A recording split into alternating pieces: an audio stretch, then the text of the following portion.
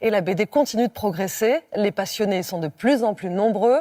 Nous avons rencontré l'un d'entre eux, Sylvain Quertan. Il possède plus de 3000 albums. Isabelle Deslions et David Bress. Donc voilà, là on va accéder à mon petit univers. Chez lui, la bande dessinée envahit les murs. Sylvain Quertan possède 3000 albums qu'il a tous lus. On va dire que c'est une partie de mon trésor. Oui, voilà, c'est une partie de mon trésor, en bien matériel bien sûr.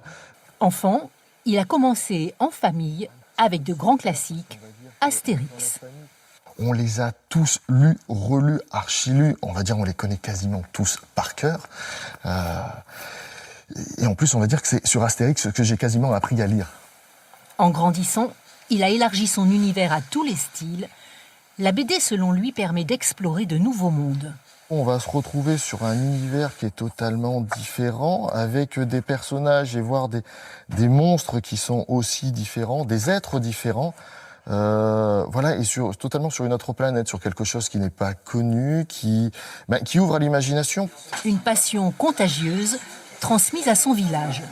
Depuis 3 ans, il organise un mini-festival gratuit au mois de On va mars. couper là, on va garder juste ça pour que la côte tienne un peu. Okay. Mais après, sinon, on va tout découper tout autour, quoi. Le week-end, il met ses amis au travail. L'idée, c'est de les mettre accrochés dans le village, au balcon, des gens qui voudront bien nous prêter leur balcon. J'ai redécouvert en fait la BD grâce à Sylvain. Et du coup, je me suis remis à lire des BD. Et c'est vraiment un plaisir de partager avec les auteurs aussi.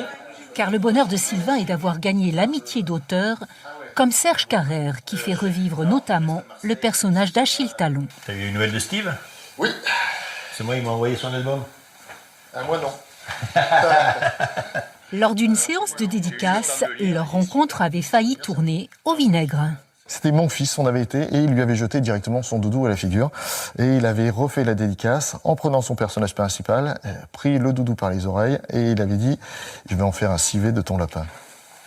Pas maniaque, il aime prêter ses albums à ses enfants. Vous voulez lire? Ouais. Eh ben allez. Soudain sage, comme des images.